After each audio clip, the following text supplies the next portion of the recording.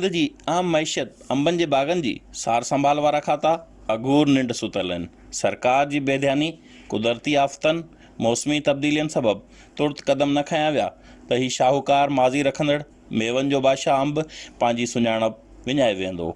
मीरपुरखोर division में पाणीअ जी खोट सबबि हिन वक़्तु अंबनि जी पैदावार घटिजण लॻी आहे। कोरोना वायरस सबबि ट्रांसपोर्ट न हलण करे अंब एक्सपोर्ट न थी सघिया, जंहिं करे हिन साल अंबनि जे अघ में रिकॉर्ड लाथ आई आहे। मक़ामी ठेकेदारनि खे वॾो नुक़सानु थियो आहे।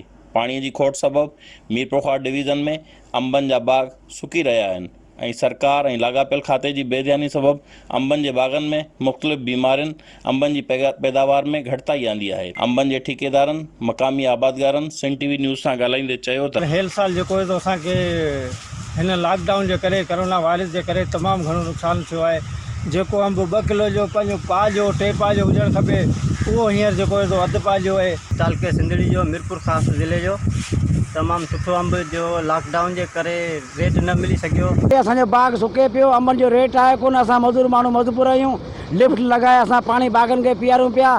असीं माल जे लाइ बि परेशान आहियूं। असांजे लाइ को बिलो कयो वञे। के सिंधड़ी जा मशहूरु सिंधड़ी अंब आहिनि।